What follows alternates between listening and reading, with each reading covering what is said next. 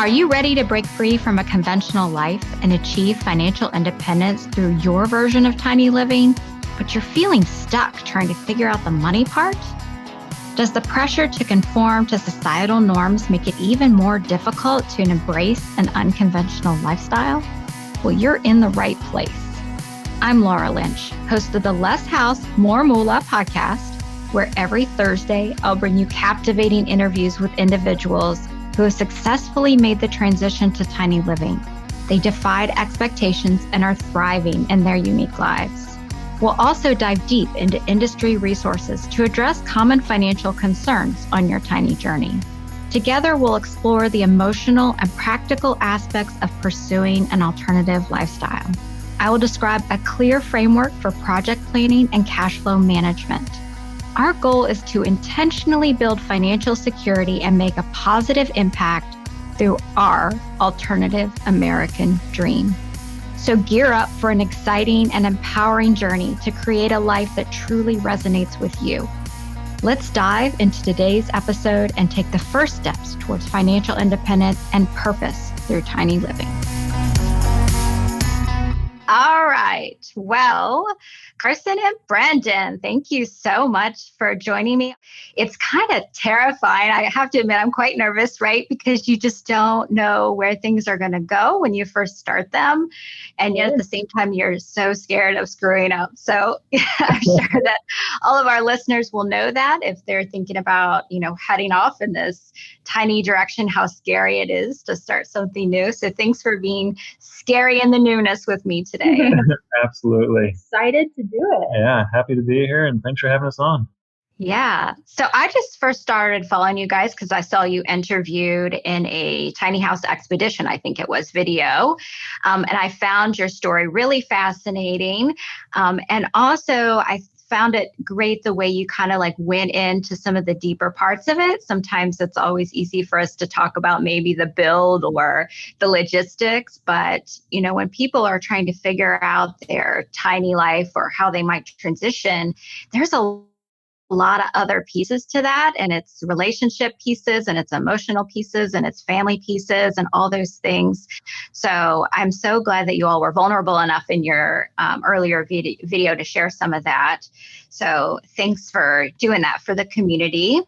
So you all are the Flyaway Effect. So I'm going to ask you about your history. So tell me a little bit about what home was like to you growing up, your physical home, and where you came from. Sure. So we are from pretty small suburbs outside of Kansas City, Missouri. We come from pretty different backgrounds, even though we were 18 miles apart. I came from a more cows than people kind of town. At the time, there's 2 stoplights. And our weekends were spent more driving 4-wheelers around and having bonfires. And Brendon was more of a city guy and had more access to fun things to do than we did. But it's funny that she says I'm a city guy because I was still half an hour drive outside the city, but I guess from her 10,000 population to my 90,000 population, I guess that would be a city from her perspective. But he had malls and go-kart riding centers and mini golf. We didn't have any of that. But as far as the home I lived in and growing up, my dad was a firefighter. My mom was a waitress. We lived in a pretty quiet, safe, cookie cutter suburban area, and parents worked really hard for what they had, and I guess we're just really happily middle class. So we, not that we were skipping meals, but not that we had eating out every other night. Very glamorous. We had food on the table every night, and it was comfortable. It was a comfortable lifestyle. Yeah, I think both of our families are very blue collar, middle class, work for everything that you have, no matter what it is. If it's leisure, play, or money in the bank, you worked for it. Yeah. Yeah. I grew up like that too in rural Virginia. And, my parents were always working, and we went out to eat when I was a kid once a month. And that was a big thing. Both my parents were teachers. And so to get to go out to eat was a big deal. And Just pretty standard, kind of American dream. We had built a house when I was a kid. That's where I kind of fell in love with blueprints, is seeing that house being built. And yet here we are, like in a different time, thinking about alternative ways of living. So how did you all think at first that you might want to renovate a bus and live in it full time? Yeah, what a scary decision, right? For some people, it's like, that's exactly what I'm going to do. For us, during COVID, we were very fortunate enough to keep our jobs because we weren't doing really anything else at the time. You couldn't do anything else. Brendon picked up an extra job as a Domino's delivery driver, and so we were working constantly. We were having no fun. We're pretty secluded.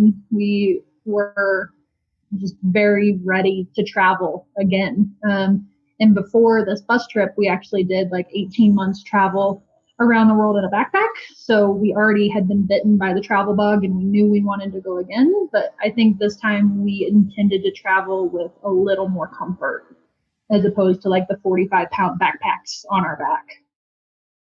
Yeah, that's kind of where the idea of the bus came from, was how could we seek a new adventure but more comfortably. It was, don't regret anything about the backpack, but if we would change something about that, we sleep in other people's homes and their couches, and having to ask, where's your bathroom and can I use your kitchen? And so to have our own little bubble where it's our bathroom, it's our kitchen, and we can rely on ourselves to get to where we want to be. And so let's talk a little bit about your build. Did you all have any experience with the trades prior to this, or was this all like learning from scratch? We had no experience in anything like at all. We always laugh and tell people that like maybe we built like a birdhouse in like 6th grade art class or something. But like I personally had no idea that like there was an entire aisle in Home Depot designated to screws, and they all have a specific size or type of like metal or wood that they can go into. Like that was so bizarre to me. Like I just always remember my grandpa having like a big coffee tin full of screws, and like when you need one, you just pull one out, right? Like you have their own sheet metal screws or self-drilling screws, and so like we were so far in over our head when we started it. Yeah, I mean, I just can't stress enough on how much I had no clue with plumbing, electric, and solar, everything about that. But that is just a build. And now that we've built I have no idea like mechanical work and cars and how engines to how they work. I have very little outdoor experience and like survival camping. I don't even know how to start a fire. I mean, this whole, like everything about this was very terrifying to me. But that was honestly, that was part of it. We wanted a challenge. We wanted to put ourselves outside our comfort zone and push ourselves to learn some of these things and ultimately become more comfortable with them. And that's been nice to see ourselves overcome some of those challenges and come out on top. Yeah, during COVID, I mean, the routine was set. You couldn't go anywhere. You couldn't do anything. So it was like we knew exactly what we were going to do every day when we woke up. And so like we wanted a challenge, and a challenge is certainly what we got. Ignorantly, like we quit our jobs and we thought that like it would take us 6 months to do this, like with YouTube, like we can learn, we'll have some help, we'll do this in 6 months. And it took us 14. But like that being said, we're not perfectionists, but we're pretty particular. And so I think we redid a lot of things that like maybe didn't need to be redone. So it definitely took longer than we expected. Weather in Missouri was a challenge. It's winter and you're struggling to find the motivation to get out of bed, and all you want it for it to be is summer, and then summer comes and you're so hot that all you want it to be is winter. And it's just like a constant struggle there. Living with our parents again and trying to coordinate personnel working on the bus and stuff like that. There was always challenges, and especially when you don't know what you're doing, you're like, oh, I'm just going to go and do this task real quick. And then you forget, oh yeah, I have no idea how to do that. I now need to watch a 10-minute YouTube video and they did it in 5-10 minutes, but now it takes me, all day.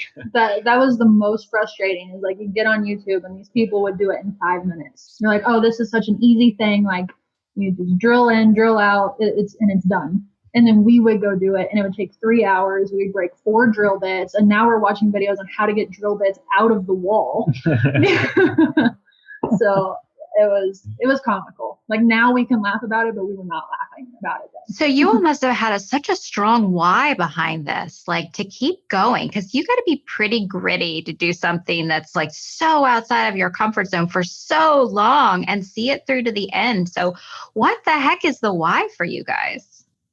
Yeah, good question. Some days it didn't seem like there was a why, to be honest. And I don't know, maybe it's just stubbornness of, I want to start a project and see it through, and I'm, obviously we've made it and we're here, and I'm glad we stuck to it. I'm glad that we, you learn a lot when you come face to face with some of those challenges, and are you gonna, back away and maybe let the challenge get the best of you, or are you going to get the best of that and come out on top and self-reflect on what you gained from that? Yeah. And at the time we still thought, the Pan American was on the table. And so we'd look at our bucket list and say like, I know we broke 12 drill bits today, but like Day of the Dead in Mexico is going to be awesome. Or like the Caribbean is going to be so worth it. Or like coconuts straight from the tree. We got this. And then, life happens, but yeah. Yeah. I think that, our tiny house build was such a lesson for me, and you can pretty much accomplish anything you want if you just take it one little piece at a time. And that just has really infused everything in my life. Was that build process taught me, you just chunk away at something, for us, it was every Saturday for a year. And then all of a sudden we're doing the thing, which was, kind of audacious that we said we were going to do. On my 40th birthday, we towed that thing across the country. By the way, we were over the legal height limit by accident. So like every single wire that was draping down a little too low, we were like white knuckle, right? But as it turns out, when you build a gooseneck on the ground and then you put it up on a truck, it happens. The front end tips a little bit up. So it was a little higher than we had built it for. But in any case, like, gosh, it just such a life lesson, right? That you can do pretty much anything you set your mind out to if you just stay disciplined about it, right? And you stay focused on it. So how has your family and friends reacted to this, crazy thing that you all did, and how have you all processed that? Yeah.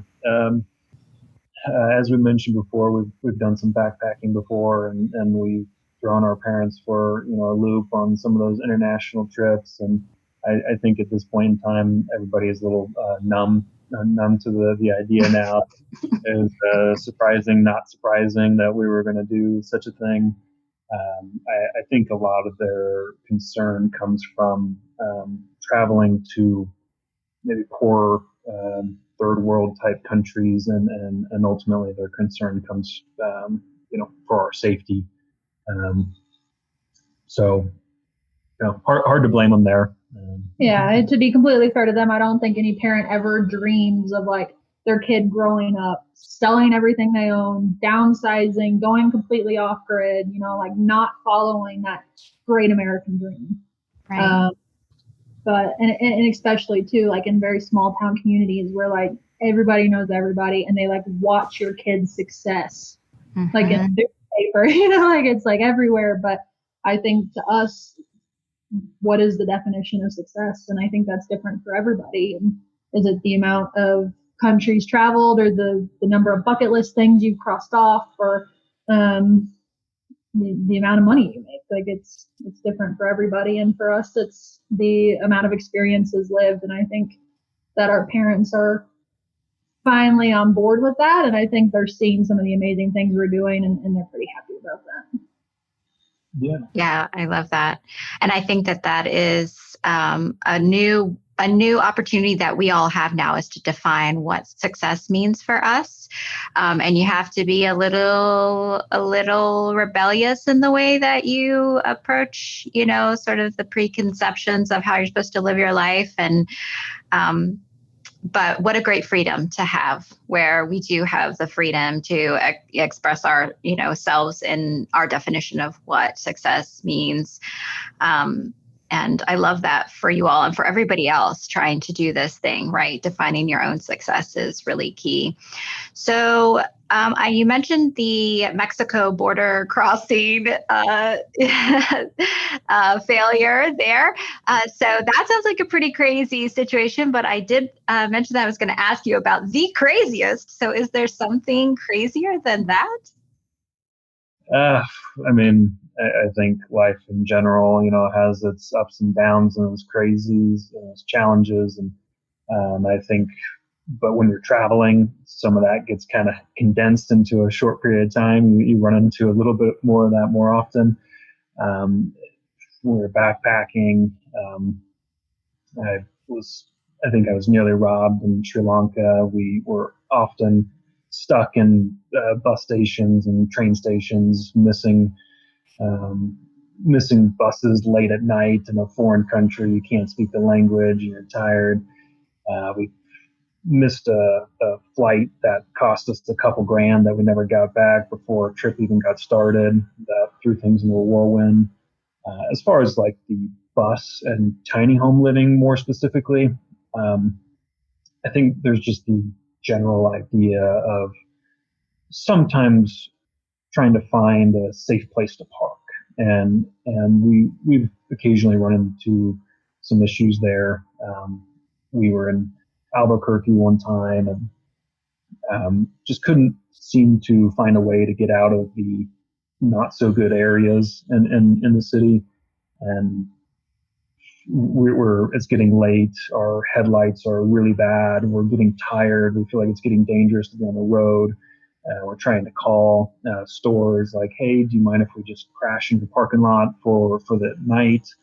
And they actually said, it's not that I'm not allowing you. You could, but I actually don't want you to, because I don't feel safe staying in my parking lot, and I would actually rather you not stay here out of your safety. Holy smokes! They're like, you're not from here, are you? Yeah. Stay here if I were you. And we're like, okay. We also had issues in Los Angeles. That was a very kind of a city unfriendly towards homeless or nomads. One night we had somebody, a couple nights in a row, pull up next to us in the middle of the night and just start laying on their horn and yelling profanities out at us. And we were in the middle of nowhere. Like, we were in the Santa Monica Mountains. We were not blocking a driveway. We were not on a neighborhood street. Like, we were on a dirt pull-off in the middle of nowhere. And this guy pulls up next to the bus and lays on the horn for like 10 minutes at 2:00 in the morning. Very unprovoked. We're just kind of minding our own business. I think just the sight of our bus, it kind of tends to have one of two feelings, like an amazement, wow, that's so incredible, you guys did that, and it looks so cool, good for you guys, or it's like disgust, and it's like, these homeless people, they need to get out of my neighborhood or whatever. And so that does kind of provoke a fight or flight type scenario. And but ultimately we have not had any like harmful experiences, that have ruined the trip. But some of those things, the thing they have in common is densely populated areas. So this could be avoided, I think. Yeah. Sounds like you all have some anxiety tolerance. You have some ways of dealing with that. You must, and of course, having somebody there with you, I'm sure, having your partner with you is probably like key to that, right? Yeah. It's one of those things that kind of like back to your last question, like maybe you earn the approval of those around you. Maybe your parents are like, okay, yeah, cool, whatever. Your friends are like, that's a little weird, but great. And you're like, okay, I've won the approval. Like, I'm going to go do this. And then you go out into the world or you drive to California and all these people that you've never met, like, literally hate you. And you're like, I'm sorry, what? So, like, somewhere deep down inside, you have, like, some self-assurance of, like, you know what? That guy's got other problems. He needs to go home, take some NyQuil, go to bed. Whatever that is off, because maybe it has nothing to do with me. I don't know, but I'm like, yes, dude. Yes, definitely. Traveling around is not a way to avoid social anxiety. That is true. Or just avoid the cities. Like, that's kind of what we started doing. Like, as much as we want to go to Albuquerque and San Francisco and like see these like beautiful places and do the bucket list things, like, you don't run into that in nature. You know, like, you've got the hummingbirds and the squirrels and it's just, you don't have those problems. And I think that's kind of where our trip is like molding to, just staying away from those situations. Yeah. Well, good. So let's talk about minimalism a little bit and how you all think about it today and for your future. You've definitely taken up that minimalist lifestyle, and how do you view it and how do you see it informing your future plans? Yeah, one of our bus life friends posted something the other day about minimalism, and I think that she said it really well, in that minimalism is not a one-time thing. You don't just go from an apartment or a house and you downsize into a bus and you're like, great, I downsized, I'm a minimalist now, like, I have nothing. Because it takes a very conscious effort. No matter what you do, like, things accumulate, whether it be like, let's grab some more firewood. And then all of a sudden you've got so much firewood in the trunk that, like, I don't even know when we're going to use it. Or I think I need another jacket. Or like, all of a sudden we're collecting souvenirs. And it's like, where does all this stuff come from? So it is a constant battle and something that we're always going through. But I think he was not a big minimalist, but you had the idea in mind before we even started this. And I despise clutter. I hate like things being like piled in a corner. So downsizing for us wasn't really that hard, I guess. I think it can tend to have like almost a claustrophobic type feeling when your storage is overflowing to the point where it's going into your walkway and you're tripping over things in your walkway, or you just want to sit down on your couch, but you have to move 5 things before you sit down on the couch. And with that, it adds a lot of stress, I think, when you have so many more things to be responsible for, to look after. If you have a whole outdoor setup and you're camping and then you want to go travel the next day, you got to pick all that up, and maybe that changes your decision to travel the next day. Oh, that sounds like a lot of stress and work. I'm not going to do that. Or you have like 3 of the same item, like 3 skillets, for example, and you use them all at dinner, and now you have a pile of dishes in the sink. We actually only have 1 skillet, and it forces us to cook an entire meal in 1 skillet, and we're making rice and fish and vegetables. And the fish is sometimes cold by the time the rice is done in the same skillet, but we only have 1 skillet to wash. So generally speaking, I think it's less stressful to just have less things. Definitely. And if you look at like what we were carrying on our backpacking trip, as opposed to what we're carrying now, like, we've actually not downsized. We've actually like gathered more things, which is nice in some ways, that we have like more entertainment options. We have more books to choose from. We've got cards or maybe some board games this time. A lot more clothes to choose from this time around, as opposed to like 1 pair of pants in our backpacks. But I think with those options comes a little more stress, like you said, because now there's more that can get stolen. There's more value in the bus. There's more that we feel like, okay, we're going to go on a 3-hour hike, but like maybe there's more we need to protect. And whereas when we were backpacking, like, if somebody stole my backpack, they got a grand total of like a $4 value. Like, congratulations. But I think one way that we like supplement that idea is like, we do a lot of our shopping at thrift stores right now and Goodwill, and that way inevitably when a plate breaks or something falls, it was $1 or $2 and not something like, I stand too close to the fire and I get a hole in my shirt. Okay, well, it was like a 50-cent shirt from Goodwill and not like something from Kohl's that was $40. And that takes a lot of the stress out of it, I think. Yeah. How do we not be owned by our stuff? Yes, exactly. Yes. So what other of the values that are required for the tiny life resonate with you? I really appreciate the simplicity of tiny home living. I think that kind of back to the minimalism and just having less going on. I think some people in the traditional lifestyle, they maybe are unaware of the amount of stress that their body consumes. It's you wake up and you're scrambling to get breakfast ready, and then you get out the door and you hit rush hour traffic, and you got people cutting you off and honking their horn, and you show up to work, and you've got 15 emails waiting in your inbox, and then your work wasn't good enough for your boss that day, and then you go to drive home and you're in rush hour traffic again, and then you get home and your dog's barking his head off, or your kid is, you got to look after them, and by the time you cater to everybody else, the dog, your kid, all you have time for is to have like a chips and dip dinner, like a snack, and then you go to bed. You wake up and do it all over again, and it's just a lot of stress that comes with that, and when you can just kind of slow your life down and maybe be in nature a little bit more and just kind of relax. I really appreciate that aspect of the tiny home living. And we've cut out a lot of the not having as much stuff. We've cut out a lot of the options to have to choose from for the simplicity part. But like when you've got 5 pairs of pants and not, 7 skirts and shorts, and it takes a lot of the stress out of it throughout the day.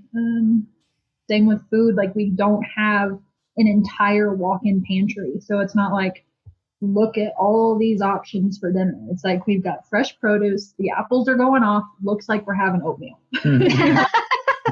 Decision made. And that it makes a lot of things pretty easy, pretty quick, and then we just like move on with our day. I think. Go ahead. I really appreciate the freedom aspect, at least in our tiny home with the bus. When you have a job and you're in a home, you're limited, I guess, to your radius of, if you have 2 days on the weekend, there's only so far you can travel outside that radius. It was like a 20-mile radius. But here in the bus, our radius is always moving. And we can always kind of be in a very nice, new, cool area and be able to choose where we want to go, when we want to go. That's our biggest stress every day is north, south, east, or west, or none of the above. Yeah, I make a joke about I had this dog who passed away on me years ago who would get bored with the paths that we would walk. And so he would kind of drag behind, and I'm like that. I get bored seeing the same things all the time. Like I want to see new things. My eyes crave new things. And when you're living the traditional life and doing your daily commute and going to the same places all the time, it gets really boring, And so you all are the ultimate of getting to see new things because you're doing that all the time. Yeah. The problem is there's so much to see. So like we want to go west, but we want to go east at the same time. Yeah. There's so much. Yeah. So it sounds like that you all are settled in this. You've been doing this for 6 months. What do you think is the duration? How long are you going to keep traveling around? It seems like you've got a lot yet to see.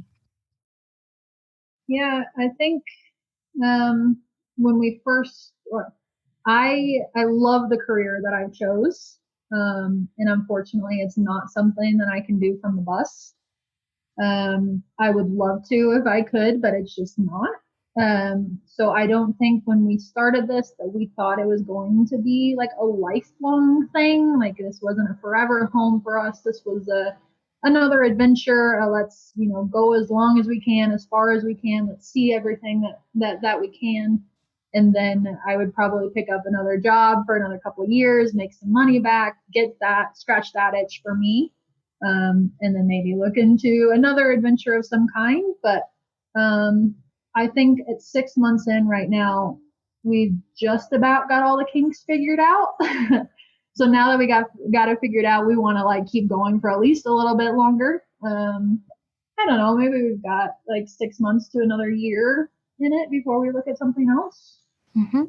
Yeah, I think this was intended to just kind of be a chapter in our life, but getting a taste of this nomadic mobile home, tiny home type lifestyle, I think it's definitely planted some seeds, and it's realized that we really don't need that much to live off of, and it is nice to be in nature and live off the land a little. So while this is just a chapter, it is interesting that maybe down the road, maybe it would be something when we really settle down that maybe we would replicate a similar experience, a tiny home of some kind.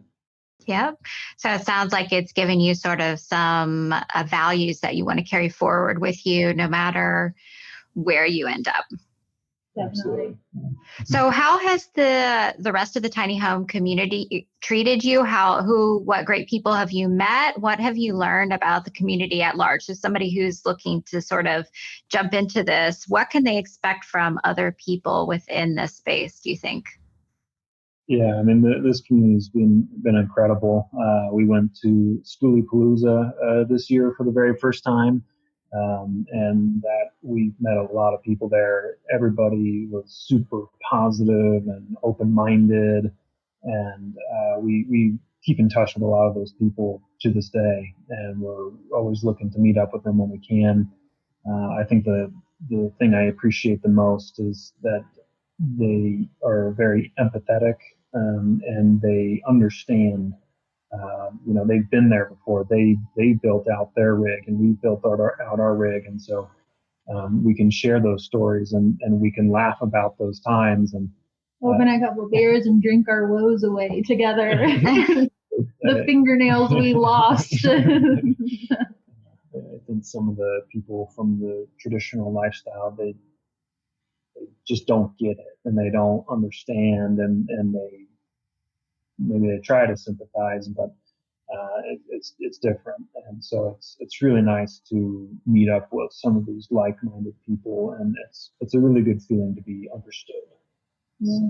And it's such a like scratch each other's back community. Like we've met up with a couple of people multiple times now, and it's like, I heard when you started your engine yesterday that it sounded a little weird. I'm going to take a look at it. And I'm like, yeah, that's great.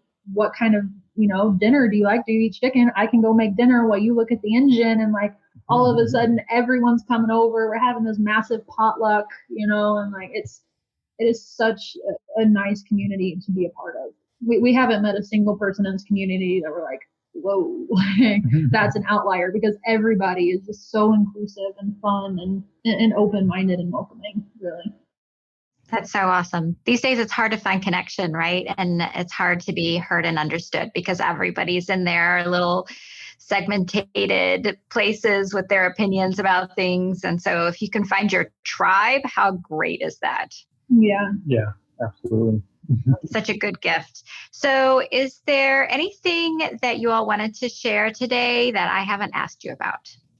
Yeah, I think just generally, as you kind of said it earlier as well, if there's something you want to do, then, it sounds cliche, but if there's something you want to do, then do it. If you put your mind to it, you can do it. And there's creative solutions to finances, or like we said, we didn't have any idea what we were doing, and there's creative solutions to that, and everybody makes a choice. So you would encourage people to get out there and get started and to sort of be brave and do the thing that they feel uncomfortable about. Absolutely, yeah. I mean, if we can do it, anybody can do it. Yeah. And that's a fact. I think some people, they look at us and they say, oh, well, you're lucky to be able to do that. And we kind of struggle with that because we worked really hard to be able to get to where we were at, save up the money, and make the choices. I think people forget that they're making a choice, and just as much as they're making a choice to, buy a home, get the house, whatever, we made a choice not to. So if this is what you want to do, make the choice to do it, and you can make it happen. I would also say that if you're planning on going into this with a partner, like, you've really got to love your partner. It's a very, very small space, and like, you do everything together. And even if you're not doing something together, you're always within earshot. And in a bus, the bus like moves. So like, I can feel him get up in the morning, and I can tell by like the steps that he's like opening a drawer, he's putting his clothes on. Like, I know consciously where he is at every minute of every day. And like, I also just want to say that like, there's this connotation, or people put this face on in the US or maybe everywhere, that like couples don't fight. When you're asked, it's like, no, we don't fight ever. And it's like, in tiny home living, that is absolutely false. Like, that is not true. We will come out and be the first to say, like, we bickered, we argued. Building the bus was very, very tough. We were mentally stimulated, we were physically exhausted. So like, that just leads to some tough times in your relationship. And I don't want people going into like building a tiny home or tiny home living thinking that like, nobody else is fighting. Why are we fighting? Because it happens, and it will happen. And at the end of the day, like, it brings you so much closer together, and we're having so many experiences together, like 24 hours a day, as opposed to working 9 to 5 and having 4 hours together in the evening. Like, we're really enjoying that time. So. Yeah, my husband Eric and I reached a moment where we had laid our flooring down in our tiny house, and we were almost finished the flooring, and we realized that the pocket door in the bathroom was not clearing the floor, even though it was already installed. So the door was in its pocket and it was not coming out. So we had to pull all the flooring back up. And I don't like to do things 2 times. Like, I want to like measure twice and cut once. And so anytime we had to redo anything, I just was losing my what. And so, but we definitely have learned a lot about working together over the many projects that we've had, that being one of them, and learned about focusing on each other's strengths. And like, if you're really good at that, I'm not going to question how you're going to do it, because that's your strength, and vice versa. And that's a hard lesson to learn, because we all want to be knowers rather than learners. And so you have to kind of overcome that. But definitely good practice for building a strong relationship, because in life, we're going to have many more challenges through the decades. And so, learning how to build a place together is just an exercise in how are we going to deal with the other challenges that we'll face in life. I truly believe that if you can go through the process of building a tiny home together, you can survive anything. You're invincible at that point. Awesome. So you all mentioned your financial decisions that put you in a position for this. And since the focus of this podcast is always going to come back to how does tiny home living help build financial independence, how do you all think about this community and this option as a way to build financial independence instead of spending, $427,000, the average cost of a home in the U.S. right now? How do you all think about those two things tying together? Yeah, I think it's absolutely an opportunity to achieve that financial independence in the tiny home direction. We were charging a lot of appliances off of solar. I think there's even new buses out that run off of solar. And while those are new, maybe more expensive, I'm sure they'll come down over the years. But I mean, to think that you could run your bus on solar, to drive it on solar, to power your appliances on solar. I had even thought about putting like gutters along the side to catch rainwater or something like that, and that's another free resource. at Schoolypalooza, we'd seen somebody traveling with chickens And a goat. and a goat. And so like, if you really get clever and creative, you can really save a lot of money and keep a lot of that in your pocket. And there's enormous amount of potential for that to be achieved. And I think not only are you not buying into a $425,000 house, but then you got to fill it. It's got 3 bedrooms, and mattresses are not cheap, and headboards are not cheap. You need rugs, and you need toilet paper for like 3 bathrooms. And it's like, that gets out of hand so fast. Mm-hmm. Whereas like our guest bed is also our couch, and we've got 2 sets of sheets, and like it took nothing to fill 100 square feet easily. So there was like no cost in that with stuff that we already had. But yeah, for sure. Yeah. And we can still entertain. Like, I think that's a common misconception that like, oh, when we go tiny, like we can't have people over, we can't do this, but like you can. The square footage is all outside, but we do have places to sleep, like a guest bed, and like we've got a stove, and we've got enough coffee to go around, and we just set up all the chairs outside and the awning, and we've got a perfect entertaining space for 4 to 6 people. Yeah. That's right. Yeah, we had almost my entire family in our tiny house when we towed it out there. People flew out. They got an Airbnb. We had it was my 40th birthday. My parents were there, and my husband's family was there, and we all just sat around in the tiny house, and you just sit wherever you can and out on the deck, and the doors open, and it was magical, Yeah, that's awesome. Yeah. Awesome. Well, thank you all so much for joining the Less House, More Moolah podcast. And I really appreciate you sharing your story and encouraging others and, being very practical about it. It is hard work, certainly, and it is about decisions and discipline, staying committed to something, but it can be super rewarding. You all have pointed out many of the great things that you've taken away from it. So I'm sure that everyone will really enjoy hearing your story. So thanks for joining.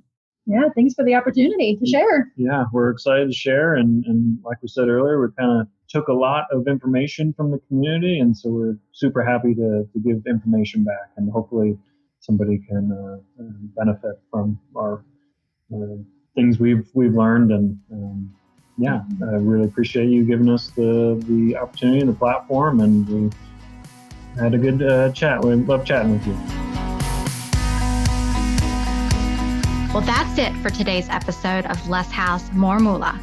To access valuable financial tips and resources tailored to your tiny living journey, join our exclusive community at thetinyhouseadvisor.com. Here you'll find a supportive network of like-minded individuals committed to helping each other navigate the challenges and celebrate the victories of embracing a minimalist lifestyle. So don't miss out on the opportunity to be part of this empowering tribe. Be sure to tune in next Thursday for another insightful episode of Less House, More Moolah, where we'll continue to explore practical solutions and inspiring stories to help you create the life you've always dreamed of. Please see the show notes for important disclosure regarding the Tiny House Advisor LLC and this episode.